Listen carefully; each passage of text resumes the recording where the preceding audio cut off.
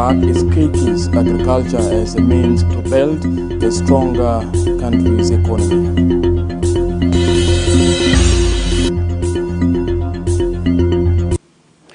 Hello, good evening, and thank you for tuning in to SSBC. I am Matiang Joseph. We begin our news for tonight with a major development in service delivery. Over 200,000 school children are expected to benefit from the newly launched $17 million project by the government and its partners. The program aims to improving livelihoods, enhance service delivery, and expand access to quality education in parts of the country. SSBC's Abyei reports. In a significant step toward achieving the Sustainable Development Goal, the government of South Sudan has officially launched the BRICS project, making a major milestone in effort to strengthening resilience, improve livelihood, and enhance service delivery in the communities affected by climate and economic challenges. With a generous contribution of $17 million from the Green Climate Fund and the Global Partnership for Education supporting this effort.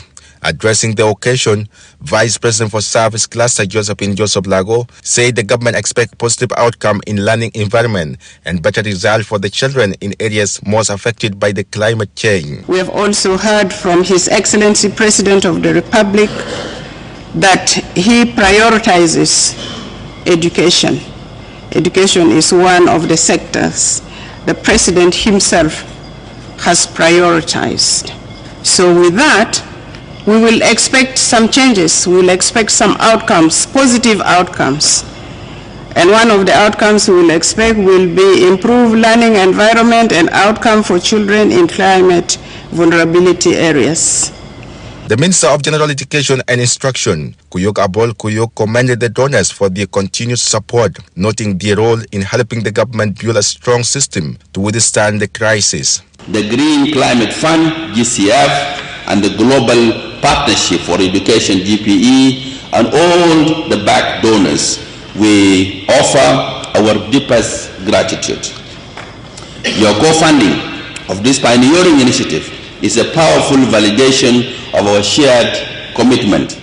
Motan Siga, GPE's Secretariat Country Focal Point for South Sudan, reaffirmed the commitment to improving education and resilience across South Sudan. With $17 million from the Green Climate Fund and the Global Partnership for Education, BRICS will reach over 200,000 children across some of the most climate-affected areas in Rumbek, North, in Twitch, Akobo, Dug, Malakal, and Quota East. And that is unprecedented. It's a powerful signal that education is not only a victim of climate change, but also a vital part of the solution. Deputy Speaker of the Children in Parliament, Save the Children, Agot Alier Garang, said the launch of the BRICS represents the promise of hope and better. It's a promise that the children of South Sudan will grow in a country that believes in building rather than breaking. 4 years BRICS program, journey towards resilient development and inclusive development, giving hope to strong nation and shaping the future of South Sudan for generations to come. Abyei, and this is SSBC News. Thank you, Abyei, for that report. Now, diverting your attention to medical situation of the country, the Association of Gynecologists and Obstetricians says it is struggling with the issues related to growing maternal health and gender-based violence, among others, needing support from the national government. The association's president, Dr. Zakaria James Malal, later teamed to update the vice president for Gender, Youth and Sports, Cluster Rebecca Nyandeng Dimabur, on the mandate and challenges facing their association, inviting vice president to attend their upcoming November scientific conference. Our purpose for meeting is to brief her on health challenges that are related to maternal health, and specifically things that are related to gender issues. We know very well that we have a high maternal mortality rate in South Sudan, and some of contributing issues to this high maternal mortality rate are things like early marriages and GBV, So it's our mandate as an association to ensure that we involve Her Excellency and to seek a way forwards, and we'll give our suggestion on how we can improve maternal health in South Sudan. The second agenda for our meeting is to invite Her Excellency to take part in our conference, the association conference, that will take place between 15 to... Now shifting focus to humanitarian situation in Abyei State. Senior Presidential Envoy on Special Programs Adut Salva Kiir pledges humanitarian support to communities in the state that have been devastated by floods and the continued arrival of returnees and refugees from Sudan, creating humanitarian crisis in the region. Adut's pledge comes during a meeting with the governor of Abyei State, Jacob Doha, who briefed her on his plans to govern the state ahead of his upcoming visit there. Additionally, Adut noted that her humanitarian program will benefit all communities, including the most vulnerable groups in the country. Some part of Abyei, there are some counties that are affected by this flooding. So I also came and I shared with her, and also I also came and discussed the issue of visitation to Abyei. She stated that she will willing and she will become a state visit. And I also came and I affirmed to her that you are most welcome to the state. Your visit to Abyei State will regain the trust and hopes of the citizens of Abyei that peace has come to the state. And this is one of the number of issues that I discussed with her. And also, I discussed my relocation, my office temporary to NASA. And I also assure her that to bring peace in those countries.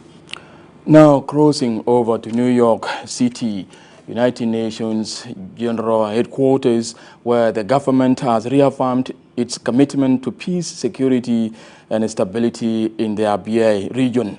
Speaking at the United Nations Security Council in New York, the Deputy Permanent Representative and Child Affairs Ambassador Sabino Edward delivered South Sudan's statement on the Secretary General's report concerning Abyei. Here is a report. I now give the floor to the representative of South Sudan. During the United Nations Security Council meeting on Abyei, the Deputy Permanent Representative Ambassador Sabino expresses appreciation for the vital role played by the United Nations Interim Security Force in Abyei, UNESFA, in ensuring the protection and well-being of civilians.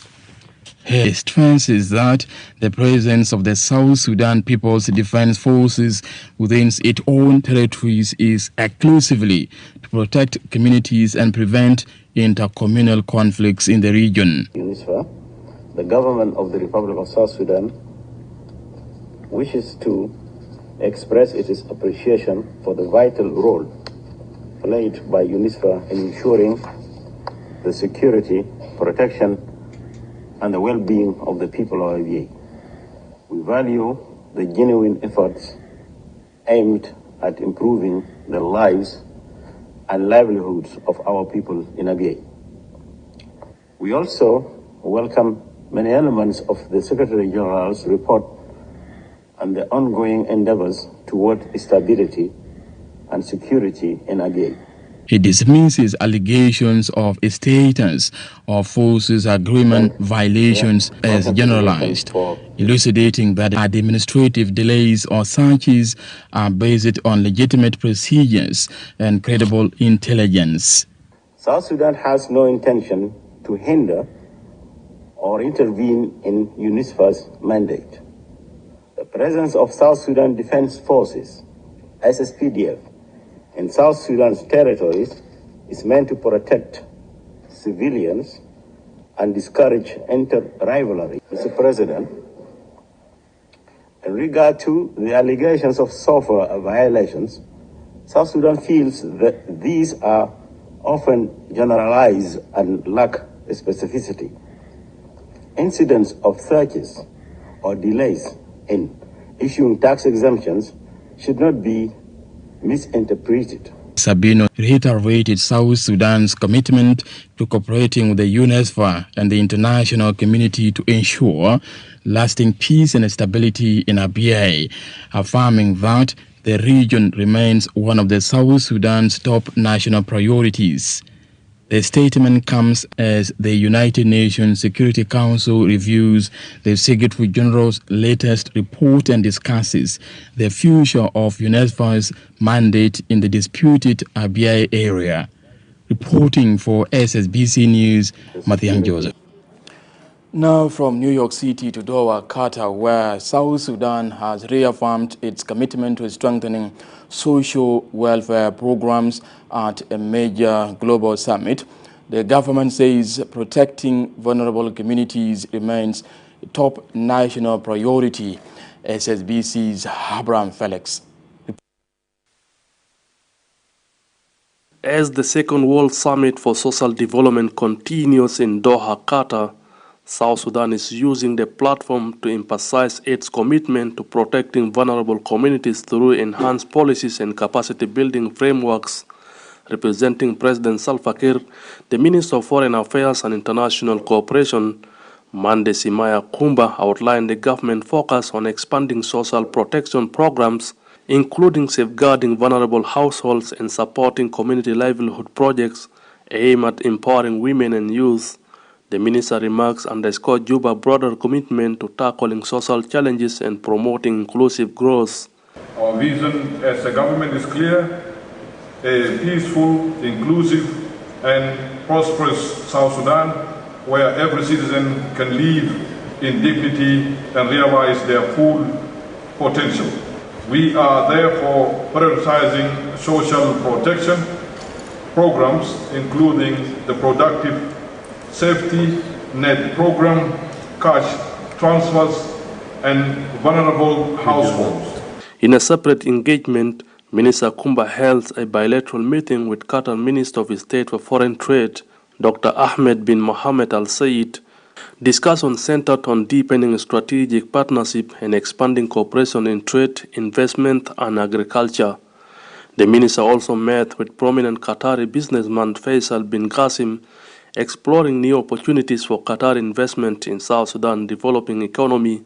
Analysts said the outreach reflects Juba's drive to attract foreign investment and diversify its economy partnership in the wake of the summit. Abraham Felix, SSBC News, Doha. Now, the Minister of Justice and Constitutional Affairs, Dr. Joseph Gangakich, and the ICRC delegation led by Florence discussed cooperation between the ministry and the International Committee towards strengthening and upholding international treaties in line with the South Sudan Constitution. Discussions also explored the need to expand capacity-building cooperation for legal cadres.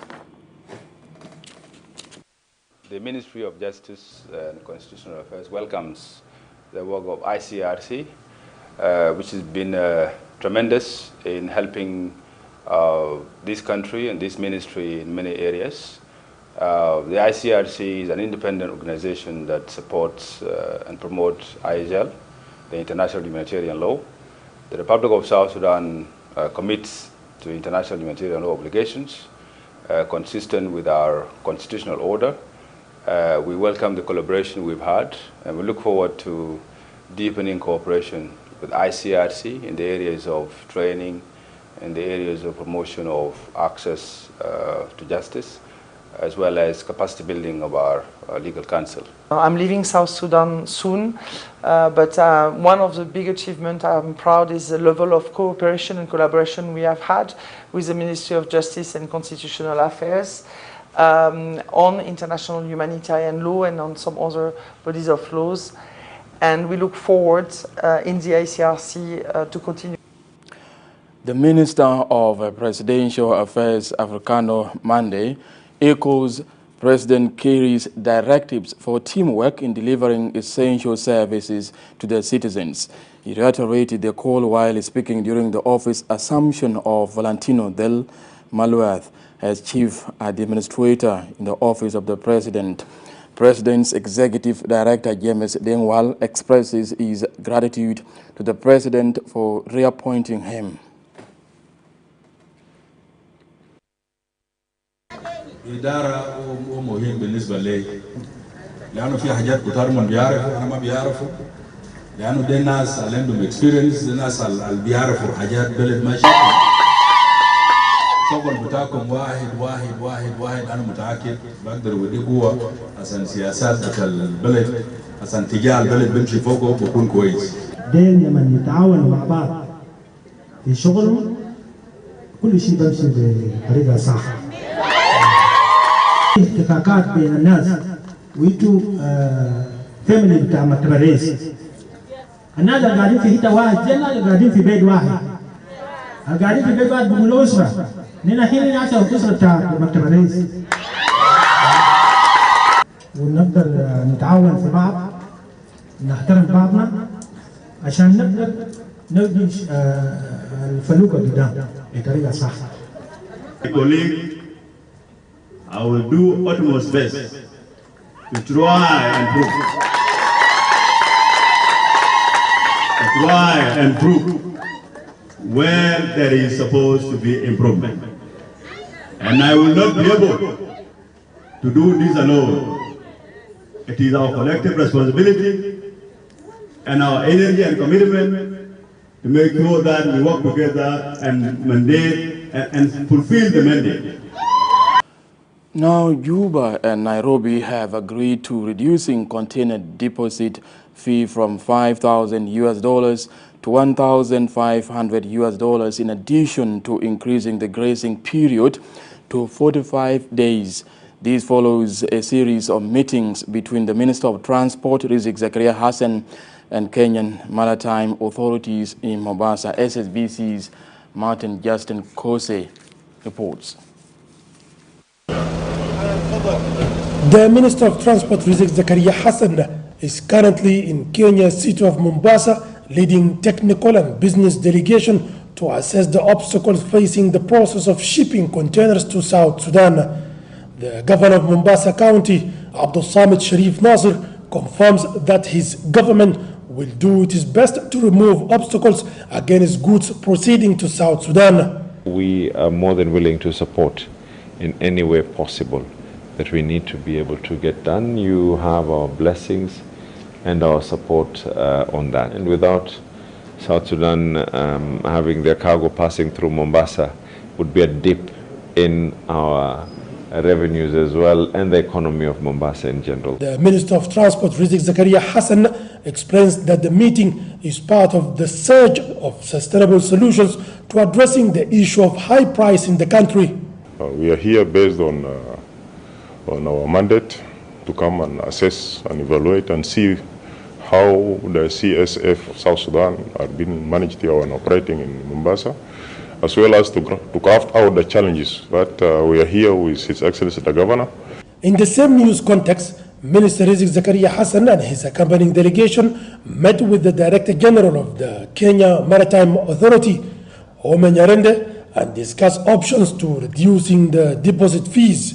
Director General Nyarende said the authority will work towards unifying the fees with the rest of the other Mombasa ports users. How to reduce the container deposits from 5,000 to what other countries actually pay, which is around $1,500. Because we regulate the shipping industry, we have agreed on the efforts that we are going to make sure to sensitize all stakeholders. The effort we are going to make today with the Minister and the Honorable Ambassador here. The Deputy Head of Mission of South Sudan to Kenya, Ambassador Aida Wandi, appreciate the cooperation between the two countries for working tirelessly to alleviating the suffering of South Sudanese population. They have accepted all his requests, first of all to do with the high charges for the empty containers which are not being returning back.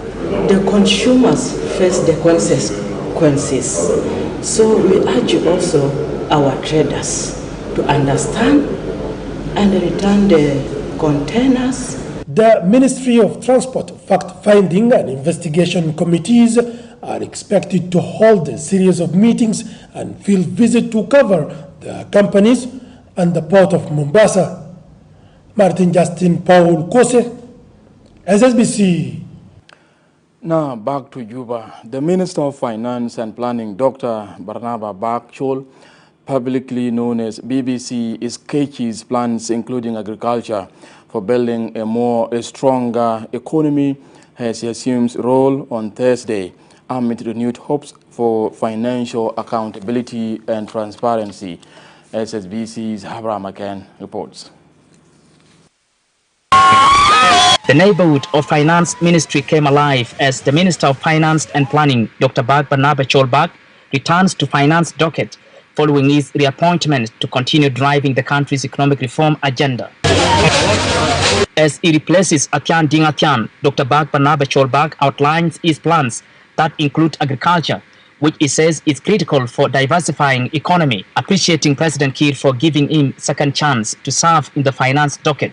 This time we must focus on increasing collection and reducing spending. Literally, we are supposed to go for austerity measures. Austerity programs are a set of economic policies that encourages more collections but less spending. We have got a vision to transform our economy. The mission becomes even clearer when we say let's enhance our oil production and let's realign our tax collection and let's stop the random payment and contracts. The Minister of Trade and Industry, Atong Kwal Manyangjuk, stresses the need to heavily invest in private sector to ensure economic growth, saying it is part of generating income to boost this struggling economy. We have a lot of natural resources we talk about just by talking besides oil, but what are we doing with them? There's no value addition.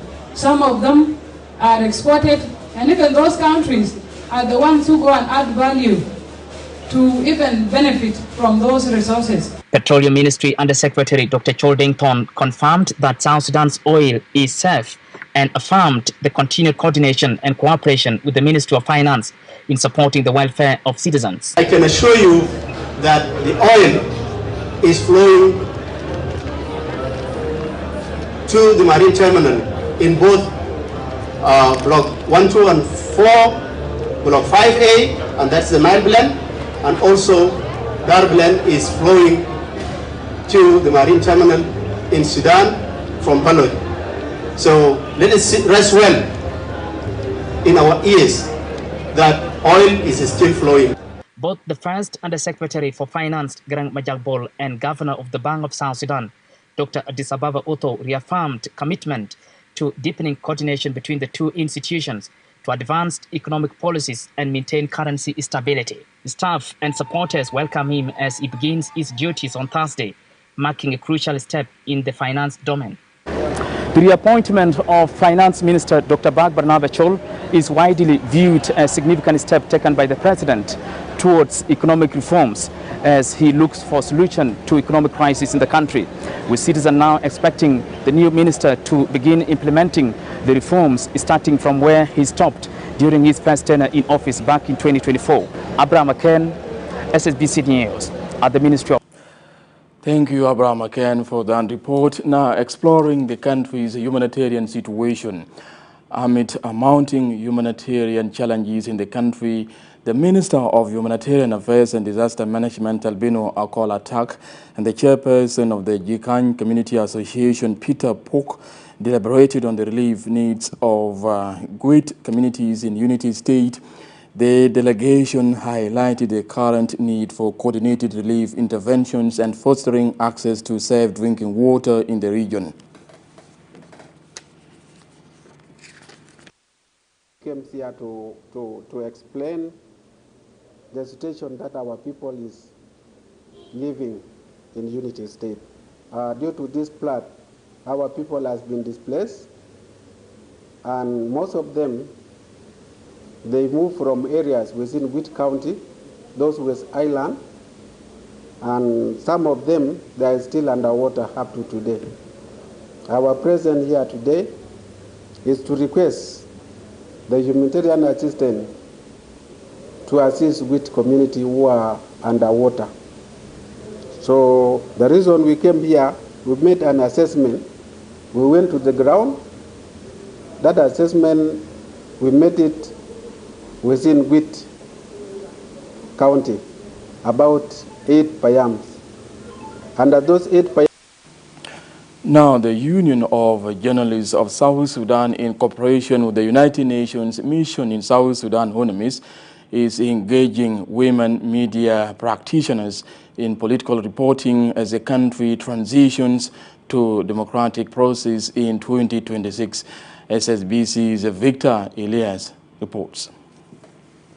A groundbreaking initiative is taking place to advance the participation of women media professionals in the political transition of the country. The forum was also attended by members of Federation of Female Lawyers South Sudan. In his opening remarks, the Deputy Minister of Information, Communication Technology and Postal Services, David Yaoyao, says this workshop is in line with the policy of government that women have a crucial role to play in shaping the political transition. Our policy priorities are centered on using information as it to drive socio-economic development, enhance transparency, ensure digital inclusion for all citizens. A gender inclusive media sector is enhanced negotiable components of truly informed and connected society. The Commission of Access to Information Commission, Moiga Ndoro, says his commission is committed to ensuring that female journalists have equal opportunities to access and report on critical information. Election is coming, don't divide people.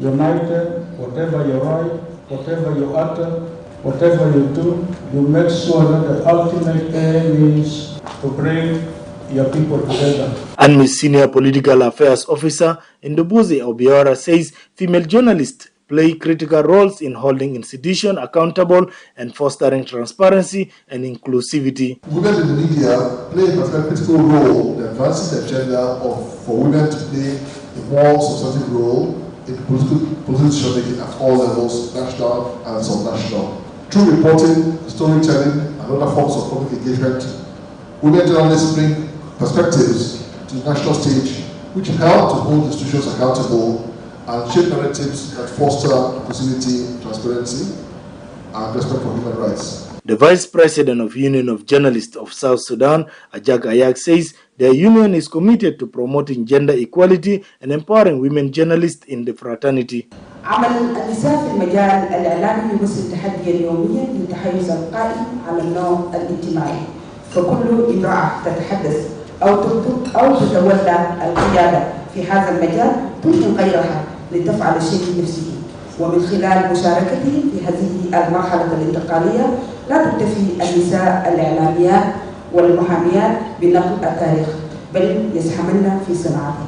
The workshop features a diverse range of sessions from journalism ethics to political reporting that aimed at equipping these women with tools and knowledge to navigate the complexity of political transition. Victor Elias for SSBC News, Juba. From that story, we are going for a break. When we come back, we shall look at the discussions on gender political representation in the country. Stay tuned, don't go anywhere.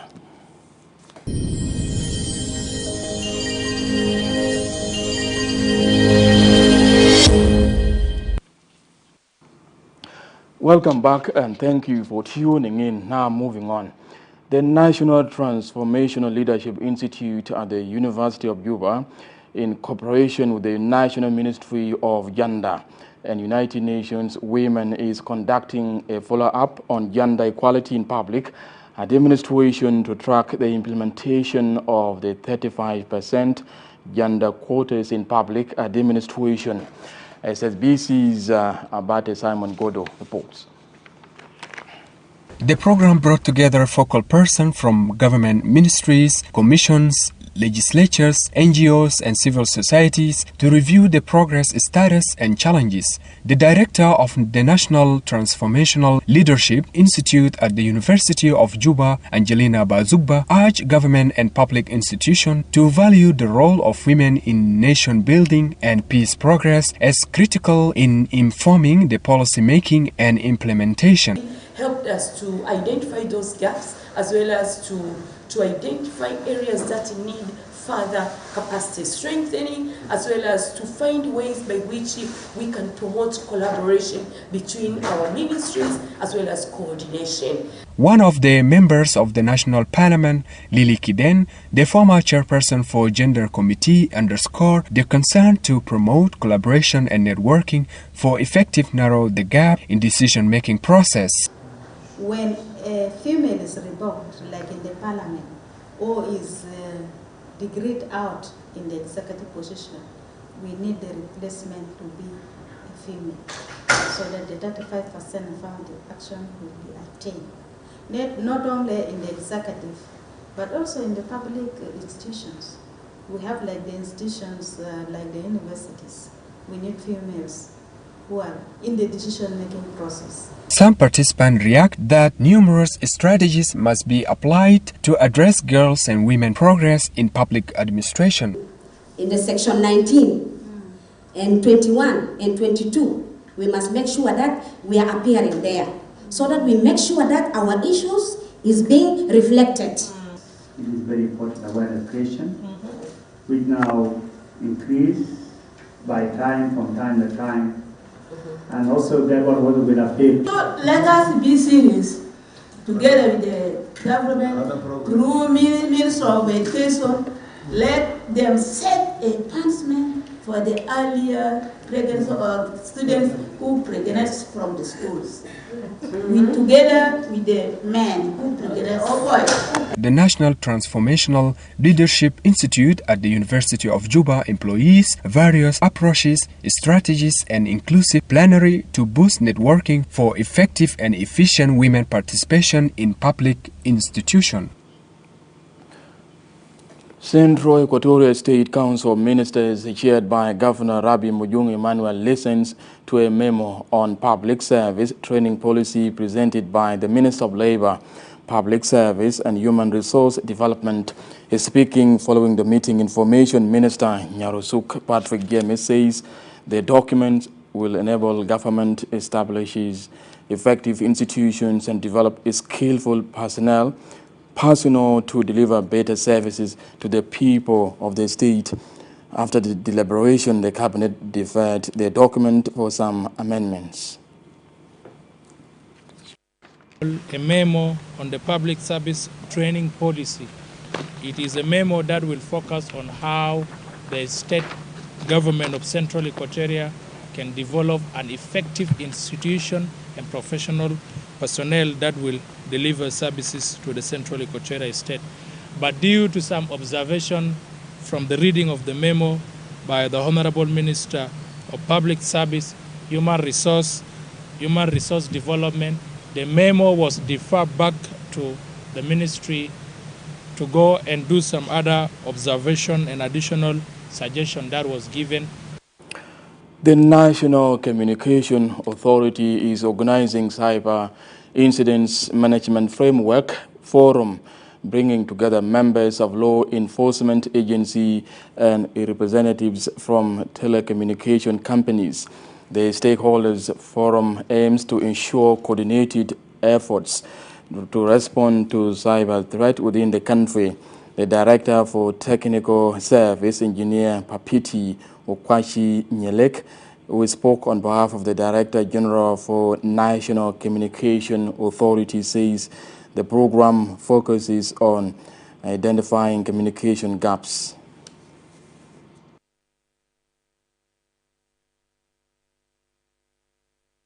Purpose to collaboration, coordination, and awareness. Also, establish clear communication and escalation channels during incidents. We will be able also to communicate with this. So we expect some outcomes. Enhance cybersecurity resilience and also enhance incident response cooperation. We appreciate the role played by NCA, and we want to give awareness to our people that we want to protect the image of our generation. Yeah, we have those cases that need to be followed up through the digital investigation. The message to the public is that Now, reverting your attention to the conclusion of constitutional consultations in Lakes Estate, where locals in Rumbek North, together with local authorities, security forces, chiefs and citizens, have expressed unanimous views on several key issues. Among their demands are the harmonization of the executive structure to have one vice president for a simplified governance, the immediate disarmament of all civilians across the country to restore peace and constitutional guarantees for the provision of essential social services such as education and health. They also call for the mandatory election of all leaders to strengthen democracy in the country. Rumbek North Commissioner Moses Maker, in a statement to the media, applauded the government for engaging communities directly and reaffirmed his people's support for the constitutional process in the country. With my chief, with my security forces, with all the people of Rumbek North, we are very happy, and I give thanks to the government of the Republic of South Sudan led by His Excellency General Salva Kiir Mayardit, and I give Lake State. And myself as County Commissioner. The National Constitutional Review Commission has actually finished the public consultation and civil education campaign in Rumbek North County. With me here is Honorable Moses Maker Magog, the Commissioner of Rumbek North County. We are very happy that. And the Inspector General of Police, General Habra Manuat Peter, opens a program on gender diversity verification. The program being organized by the United Nations Development Program in cooperation with the Ministry of Gender aims at promoting gender inclusion and responsiveness in the country. Senior officers from the organized forces and police commissioners from the 10 states and 3 administrative areas are attending the program in Juba. General Manuat expresses a need to strengthen the capacity of women in the organized forces to ensure they play an important role in uniting the country. All of us from different organized forces, we are the one who carries the laws. The laws of this country are implemented by organized forces.